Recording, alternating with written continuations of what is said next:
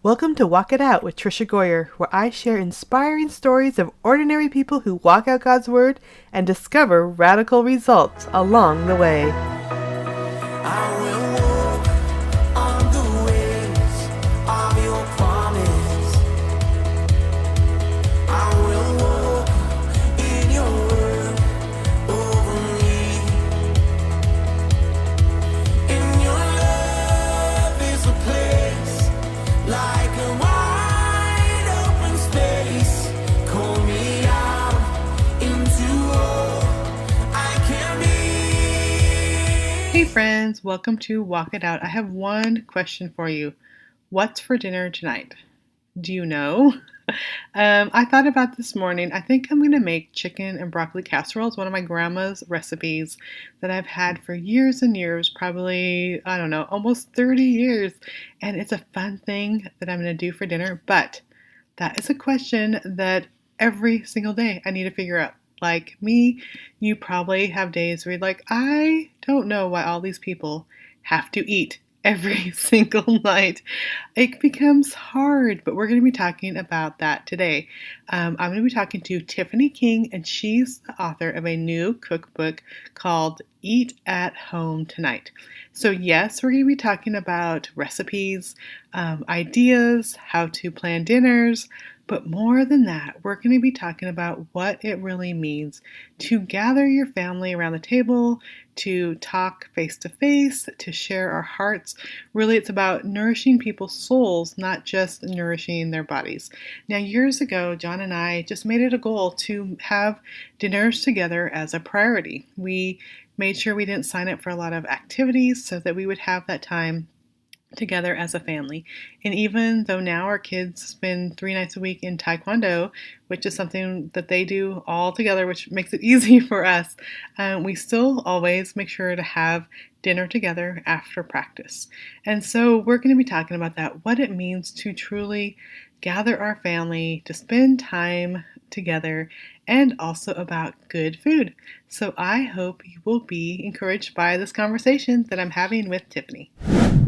Well, welcome to Walk It Out. And one thing that people may not know, or you may, because I mention it sometimes on Facebook or Instagram, is I love to cook. One of my favorite things is to gather my family around the table to have a really yummy home cooked meal and just really connect after a busy day as a mom with 10 kids and some of them adult kids. At least a couple nights a week, even some of my adult sons will come home and have dinner with us. So it's one of my favorite things. So today we're going to be talking about that. We're going to be talking about family and togetherness and gathered around the table and awesome, yummy recipes. So I'm very excited about my guest. So my guest is Tiffany King, and her new book is Eat at Home Tonight. And Tiffany, welcome to Walk It Out. Oh, thank you so much for having me. It's good to be here. I love just cooking, and I can't wait to dig more into that. But first, would you just start by telling us a little bit more about yourself and about your family? Yeah, I have 4 kids and 2 kids-in-law now, and a husband. And so my oldest 2 kids are married, and then our youngest is almost 16, so we still have one at home. But yeah, so one of the things that I've figured out over the years that I know how to do is make dinner. A lot, there's a lot of things I can't do and I'm not good at, but I'm pretty good at dinner. So in 2008, I started my blog, Eat at Home, and just to share dinner recipes. I needed to change things up. At that time, my oldest kids were getting into high school and we were finding ourselves busier and in the car more often at dinner time. And so I needed to change up how I was getting dinner done. So I love that. And I love that you were willing to, share those recipes out there. In the beginning, did you grow up learning to cook? Because I know I loved watching my grandma cook. My mom wasn't as much of a cook. She did some things, but I loved, being in the kitchen and watching my grandma. The funny thing is they never really taught me. I kind of just watched what they were doing. And then all of a sudden I'm married. I'm like, oh my goodness, what am I going to do now? I know my grandma knows how to cook, but did you grow up loving to cook or was it something that you picked up later in life? No, I did not know how to cook hardly anything when I got married. My mom is a fantastic cook, but she does not like other people in her space in her kitchen while she's doing it. So she would get frustrated if we came in to make a mess or cook or not, not put things back just so. Um, so yeah, she didn't really teach how to how to cook. But after my husband and I got married, I realized, we both realized, hey, we'd like to eat, but we're really bad at this. So I kind of put myself on a crash course at that point to learn what I was doing, so that we could have some better dinners. Yeah, I love those newlywed days. I remember the first time John and I like went as a married couple to the grocery store. It's like you don't really do that when you're dating. So that's the funny part. All of a sudden you're married and like, oh, we have to have dinner tonight. But I remember going to the grocery store and I like went to the frozen food section and picked up a box of like that box chicken, just the banquet pre-made chicken. And John's like, what are you doing? And I'm like, getting chicken for dinner. He's like, why don't we like go get like fresh chicken and made it? And it was just like this whole thing because I mean that's what my mom we had in our freezer, like the box of banquet chicken. And so I think it's so interesting. But one of the first things we had a gift card to a store in town, and I went and got like the Betty Crocker red and white like checkered cookbook and just went through. Did you start by like asking people for recipes or getting cookbooks, or how did you start kind of on your journey? Yeah, kind of the same. I started with the cookbooks that we had been given for wedding presents. So we had a lot of church cookbooks, and which are fantastic because those are real people recipes, from the region that we lived in. So the food was familiar and things that we liked. And I would just start there. I would start reading those cookbook recipes in bed at night, and Jim would laugh at me like, who reads cookbooks? I don't know. I do. And then I would check them out from the library. And our grocery budget at the time was ridiculously small. We lived near Philadelphia, but we were both students, and our grocery budget was $25 a week, which, as you can imagine, did not go far. Right. But yeah, so we would allow ourselves to make one nice meal a week, and we would usually have friends in for that. And that's kind of where I did more experimenting with things to try to make an actual recipe. The rest of the time, I hate to admit it, but we were living on like sheet cake and baked beans. It was bad. At least you have the sheet cake in there. Yeah, like, I know. Yes. Do you remember any fails that you had during that time? Oh my gosh. Oh yeah. I made a coworker told me that you can make microwave in the meatloaf. That did not work out. It was so hard. It was like a brick. Like you literally could have built a house with this thing. And I remember Jim was determined to eat it, and he was like, this is not so bad. It really was so hard. He finally picked it up, and we were wrestling over this piece. It was leaving imprints in our hands. That's how bad this was. Oh, no. It's terrible.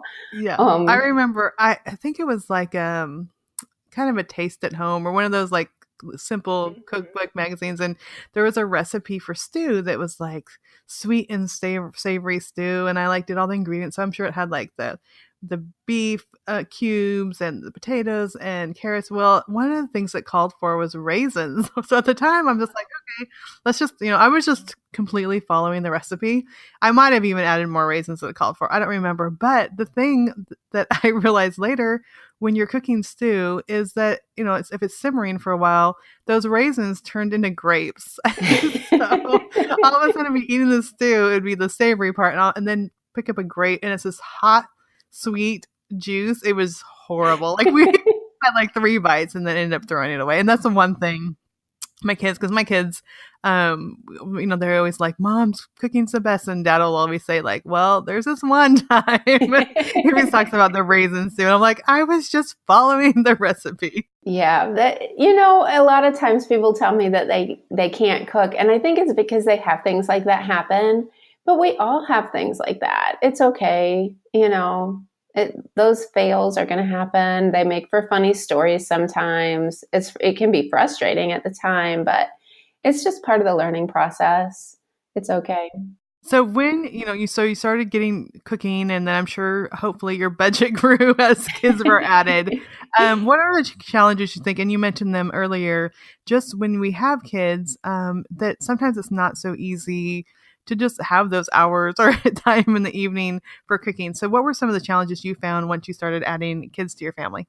Yeah, and when they're little, you have that witching hour where they can be so cranky right around dinner time, and that can make it hard. So I learned to prep things in the morning when they were happier, and that always helped. Then you reach that preschool time where they want to help, and it's not really as helpful as it could be. So just learning some jobs that they can do, some things they can stir or help set the table or things like that. Um, yeah.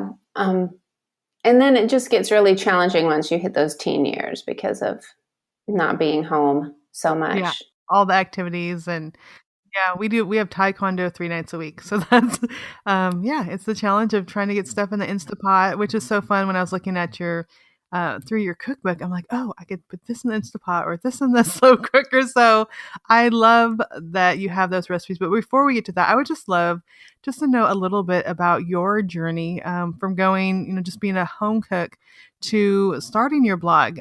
I mean, was it something you were just doing for yourself or for friends, or what was your goal really when you started?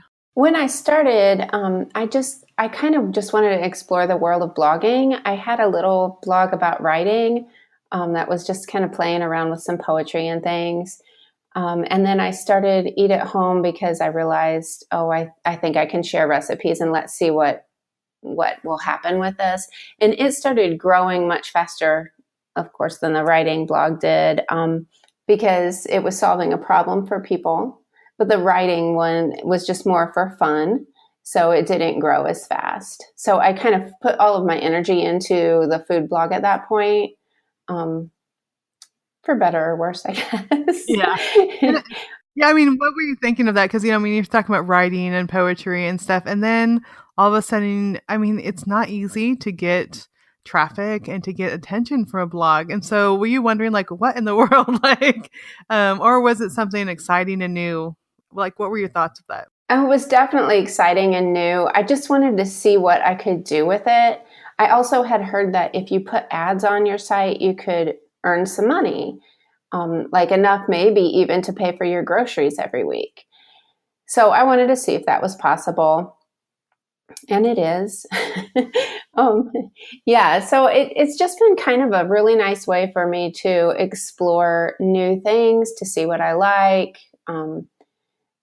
Yeah, just something aside from being a stay-at-home mom, and we homeschool, and just something different for that. So, but still being able to be at home with them, with the kids. I homeschool my kids too, and I think for me, I think there's always that mom guilt though that here I am pursuing these outside activities that are beyond homeschooling or just cooking and cleaning for our family.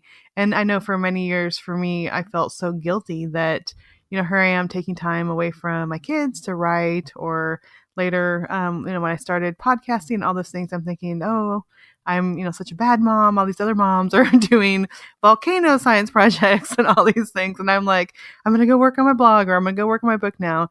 Did you ever have those challenges or questions or mom guilt when you were growing your blog? Yes, I have. And I continue to deal with it. And I think it's just kind of, well, it's something we set ourselves up for, and something kind of our society and culture sets us up for. But the other piece of it is, the more that I pursue kind of a professional life and this business side of things, the more influence and encouragement I can give to my kids to try something new, to move outside of their comfort zone, to learn something new.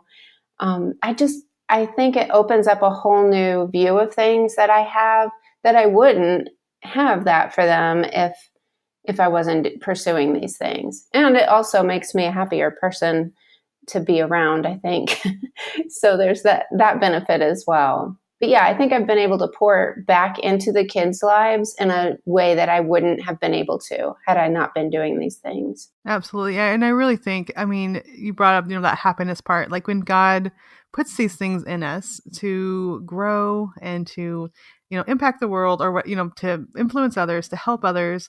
I mean, there's that desire in us, I think, that is there. And I think sometimes when we think, okay, after the kids are in college or after they start public school or, whatever, we push those dreams aside. And I think it does frustrate us, especially when they're there for a purpose. And I found with my kids too that when I step out and follow these things and things happen, like the blog grows or get the book contracts, I think it is just showing our kids, like you were saying, that that they can do these things too. It like gives them a view of what it looks like to follow something and to pursue something, which I think is so important as parents, instead of just centering our whole lives around our kids. And I think so many times I know friends that all of a sudden they have an empty nest and they don't know who they are. Like, what am I supposed to do now when I've just been fully committed to these kids?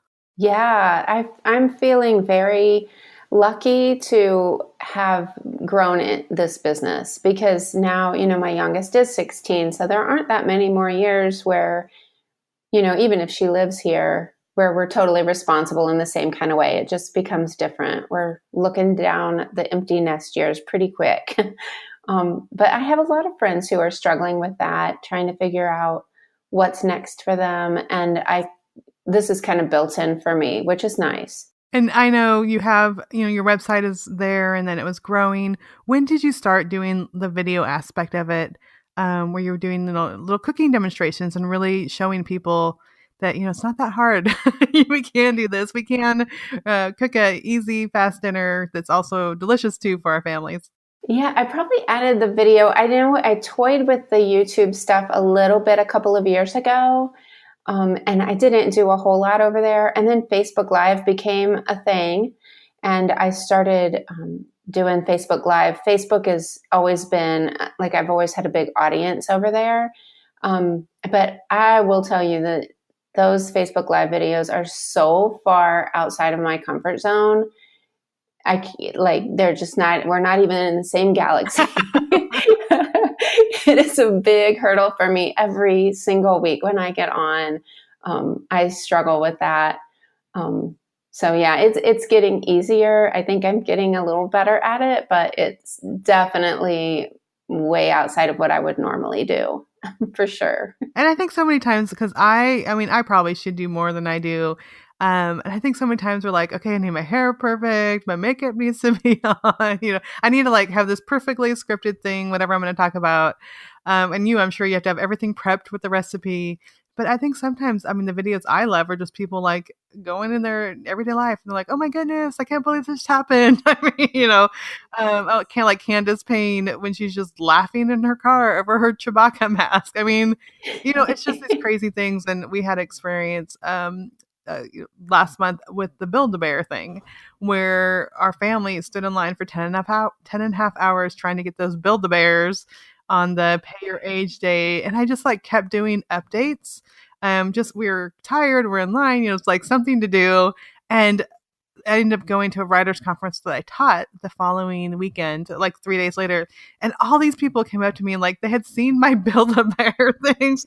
It just makes me realize, and they got a lot of views, and a radio guy ended up asking to interview me because of the Build-A-Bear thing. And it's just so funny. It's like sometimes we think like we have to be so perfect, but people really connect when we're just like honest and real in ourselves and not stressed out so much. And so I know that's my encouragement to myself. And like you said, it's hard to like become vulnerable and be outside of our comfort zone. But I love that you're doing that, and I love that you're able to really help people that maybe have not learned how to cook or just don't even know where to start. Yeah, it's been good, I think, and the response is good to the videos. So I keep plugging away, and it is another time I can go back to my kids and say, "Hey, look, if I can do it, you can do it. Whatever it is that you're afraid of." Yeah, absolutely. So after being on the blogging a while and seeing the wonderful response there, when did you start thinking, okay, maybe this can be a book? I had actually been approached a couple of years ago by someone asking me to write a book, and I turned it down. It just didn't, the timing didn't feel right to me.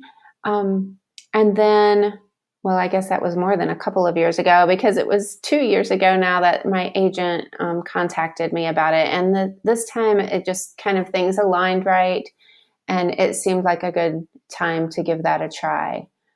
So yeah, it's as you know, a very long process to write a book, start to finish, from the first inkling of the idea until you get it in people's hands. It takes a long time. Yeah, and I'm sure with the recipes, I mean, did you set up goals to like test the recipes, or how does that even work? Because I know, when I write a chapter, the book is just done and I move on to the next chapter. But I'm sure with recipes, it's just a whole completely different thing. Yeah, it is. For the book proposal, I put in, I think they wanted 101 recipes. So we put in that many recipe concepts, but only maybe 10 actual recipes. I can't remember now. And then after the proposal got accepted by the publisher and we got all of that worked out, I started testing those recipes. And some of them I would have to scrap the idea. I didn't have anything as bad as hot grapes in a stew in my concepts, but there were a few things that just did not work. And so I would have to kind of start over again. And then we got some of my blog readers involved in testing the recipes as well, so that they got tested by real people in real kitchens and they gave feedback, and it was pretty involved.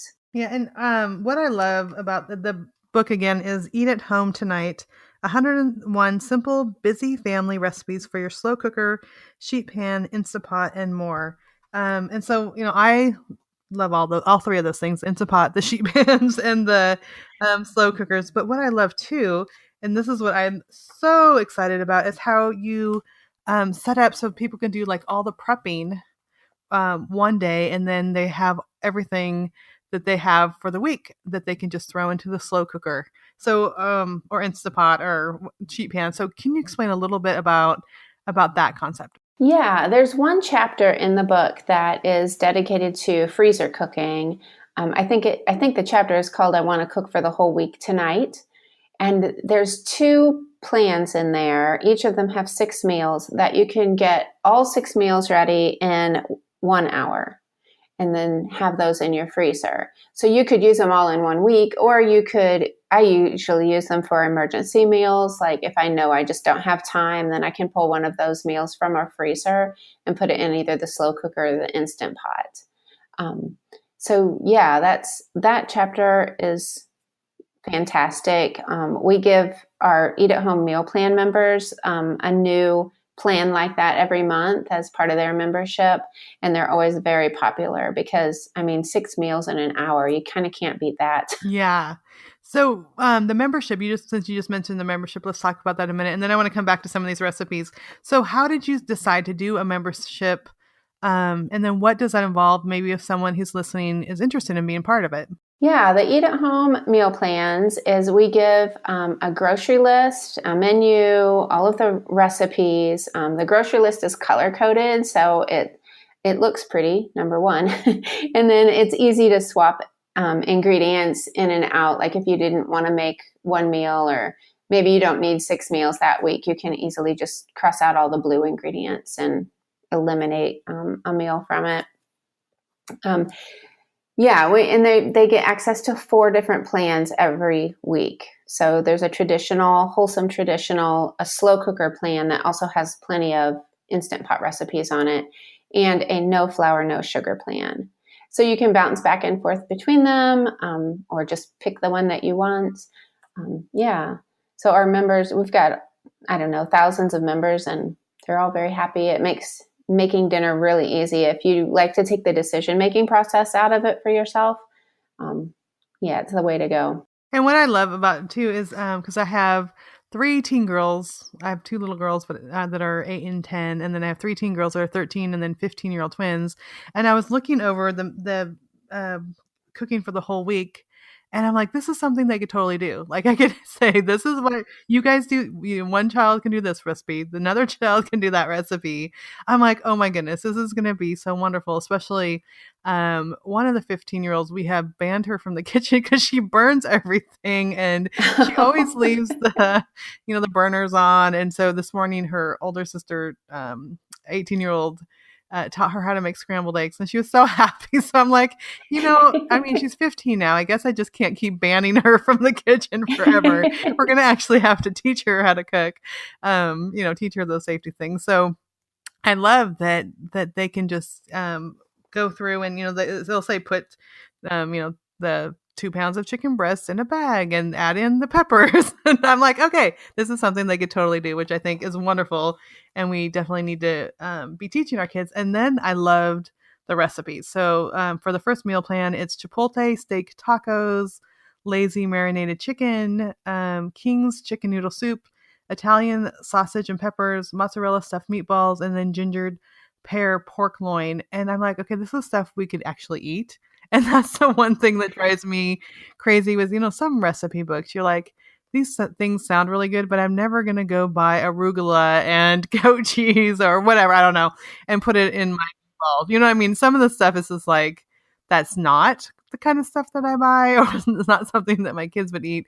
And so I really, again, appreciated that these are things like chipotle steak tacos. Yes, like my kids would love to have that for dinner tonight. So I love that you were able to make or create these plans, but also have things that, I think my whole family would enjoy. Yeah, it's my goal whenever I create recipes to use common ingredients that you can find in any regular grocery store. I don't want people to have to go find things that, they're tracking down 3 or 4 stores for, or having to pay a fortune, or it's just super unfamiliar. They don't even know what it is. I just want it to be common ingredients that you can get your hands on, you know what to do with, that it's versatile, so you can use it in a lot of different recipes. Those are all goals that I have when I create a recipe. And then, I mean, my favorite part too is, okay, now you have the recipe, talk about eating at home and was as a family. And I think that's so important too. I think that's something that is missing from society. So it's just that family time around the table. And I know you have like discussion starters in the book. So why is that, your goal too, as you're not only helping people to have good food, but really have that togetherness as a family? Yeah, I mean, for us, we've always just gathered as a family most every night, that we can. Of course, as the kids get older, it gets a little different, and that's okay. Sometimes we have 3 people around our table now. Sometimes, like you said at the beginning, we have older kids come and eat with us too, which is awesome to have that time with them. But yeah, it's really, I think, sort of shaped our family culture together, to have that time with each other. It's a time to put away screens, a time to put away the phones and just focus on each other. And you can hit all 5 love languages around the table. I don't know that there's another time in the day that it's that easy to hit all 5 love languages. So no matter what love language your family members speak, it's really easy to hit it without even trying. So it's the quality time, the gifts. You're actually like feeding them. So Yeah, the gifts one is probably the only bit of a stretch, but if you make a special meal, like a favorite recipe or a nice dessert, that's definitely a gift to that person. Then acts of service, like you said, the whole thing is an act of service, right? Physical touch, because you're close, you can hold hands while you're praying, lean in for a hug. And then words of affirmation, that's easy to get in your conversation around the table. I love, I've never thought about that before. And, I talk about it in my book, Walk It Out, where, for a couple of years, we just had crazy busy lives. We had 3 little kids, and I was running to all these different sports practices and completely overwhelmed. And just really, my husband's like, we need to do something different. And we just ended up cutting a lot of things from our life. We cut out the ballet and the t-ball because they were like 5 and 8. I mean, it was just, running these tiny little kids, which my daughter didn't even care about the ballet. She just liked the tutu. I'm like, okay, good. We'll just buy more tutus and we don't have to worry about, paying all the money and driving 45 minutes and doing the ballet class. And I think so many times there is a lot of focus on, yes, we need to slow down and we need to cut things. But the problem is, we often just fill those spaces back up with more things when they come in. And so one of the things that John and I did is we really sat down and said, okay, what are our priorities? Because we know these kids are going to be grown. You only have them. I mean, my oldest now is 29. So, I mean, he's an adult. He has 2 kids. So we know they're going to be grown. But, he was like 8 when we started this conversation. But what do we want to make sure that they remember of our family? And so we kind of came up with priorities. We came up with, attending church and serving in church. We came up with volunteering as a family, reading books together. And I was homeschooling also at the time. And then also family dinners, because we figured, we want them to have these memories of all of us around the table and having that time. And I think if you make that a priority, then it will fit in. Like you won't push that out of the way and fill it up with other things, because just choosing that as one of the priorities. And I think that was one of the best things that we did as a family, because we really have had years. I mean, I don't know how many meals I've made, but a lot over the years. And the same with you too. We've had years of gathering around the table and having dinner together. And you're talking about, the 5 love languages and having that time as a family, which is so valuable. And even now we have, all the kids are in Taekwondo. They all go at the same time. There's 6 of them, and it's 3 nights a week, but dinners in either the slow cooker or the Instapot. And at 6:30 when we're done with Taekwondo, we still come and have dinner around the table with each other. So I think as families, we can say like, we're just too busy, but if we make that a priority, and then if we have really good resources like what you provide, it is possible for families. It definitely is. And it's funny, those times around the table, I'm guessing you can't really remember very many individual times, but it kind of all builds together to create this like one overlapping memory, like overarching memory for your kids and yourself. And then I think it really impacts, now that we've got 2 kids who are married, it impacts them as they start out with their spouses, that they want to connect with each other as many times as they can over dinner, and they cook together and go to the grocery and all of those things.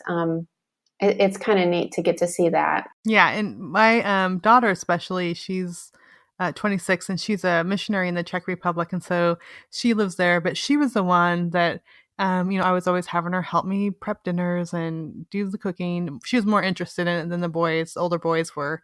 But the cool thing now is where she is in the Czech Republic, she has a ministry where she cooks meals every Tuesday night for their conversation club. They have like an English conversation club and a Bible study, and she cooks for them. So here's, up, between 15 and 30 people. She's making American meal spaghetti and tuna casserole and hamburgers. Wow. And now, what was just, our priority as a family, like this is our family priority to sit around the table, and she would help me often make dinner. Now she is doing that, and it's part of her ministry. Like God is using that. And it's so funny because, she's in the Czech Republic. And so they do a lot of like boiled potatoes and cabbage for dinner. Like that's their meal. So it's not like a lot of, super flavorful stuff. And people, it has actually drawn people to their conversation club and their Bible study, because they're like, oh, dinner? I want to try. Yeah. I'm a college student, and the funny thing is, that these American dishes that we think are just like totally ordinary are amazing to them. And she was talking about this one time she made cookies, and this guy held one and his 2 palms were like outstretched with the cookie in it. He, points it to her and he goes, "What do you call this?" And she's like, "It's a chocolate chip cookie." And he just thought it was like the most amazing thing ever. So I think it's so He cool. may be gone to something. That chocolate chip cookies rank pretty high. They do. It's just so cool how God like saw that. Like, we just want this family togetherness, and then God's like, yes, but that, I'm going to use that to be like this amazing thing that she's going to be involved in. So I think That's really neat.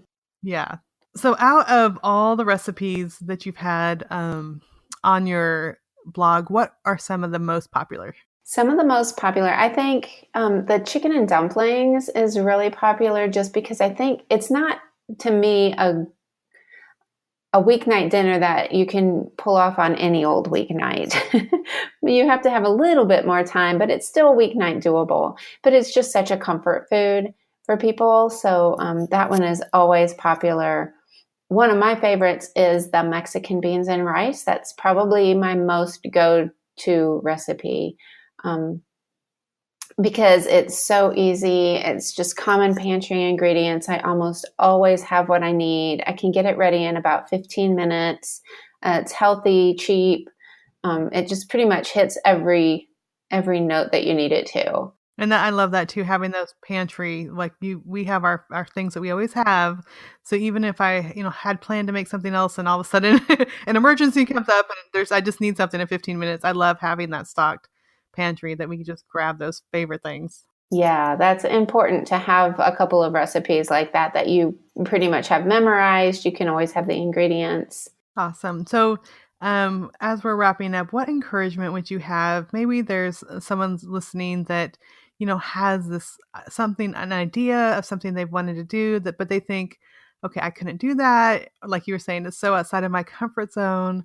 What encouragement would you have for someone just like to walk it out, to actually take those steps of faith that can lead them to what you've been able to accomplish? Yeah, I would say definitely give it a try. Start small if that's what you need to do, and grow it from there.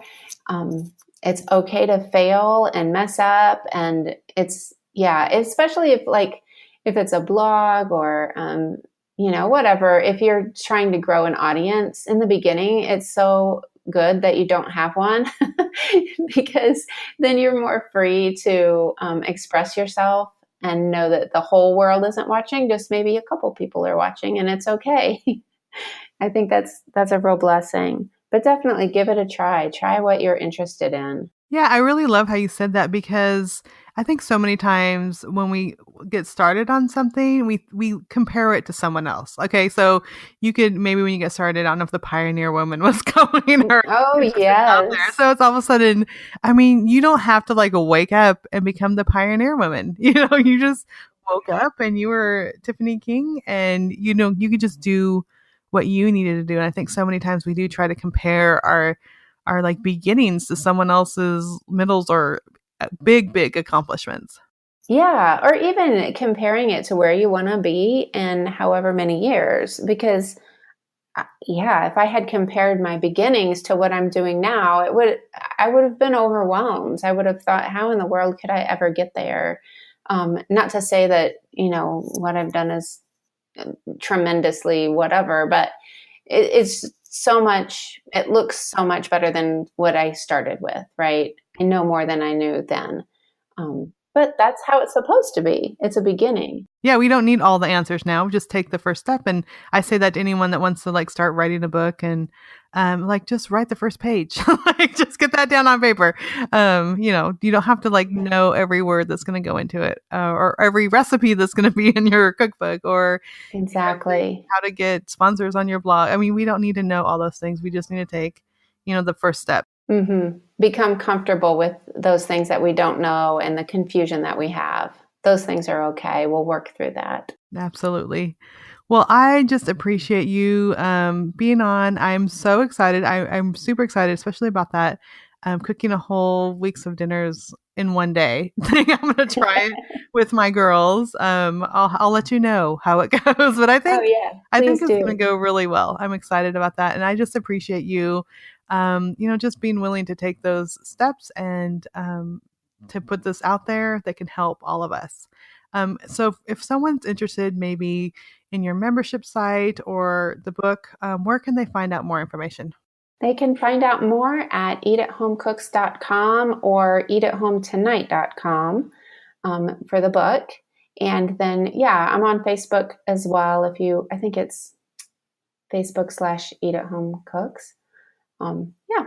Okay, wonderful. And we'll have all those links in the show notes too. So Tiffany, thank you so much. One last question. If I were just to make something tonight, what's one recipe out of the book that you'd recommend for me to start with first? Oh my goodness. I'm just gonna say the chicken enchilada sub melts. It's super easy. I think that's in the 15-minute chapter. It's just a different spin on a chicken enchilada that you can do much faster. So That sounds really good. I'm hungry right now. So this whole interview, I'm like, oh my goodness, what do I want to make first? Well, thank you again. I'm going to go try that. all right. Thanks so much for having me. Thank you.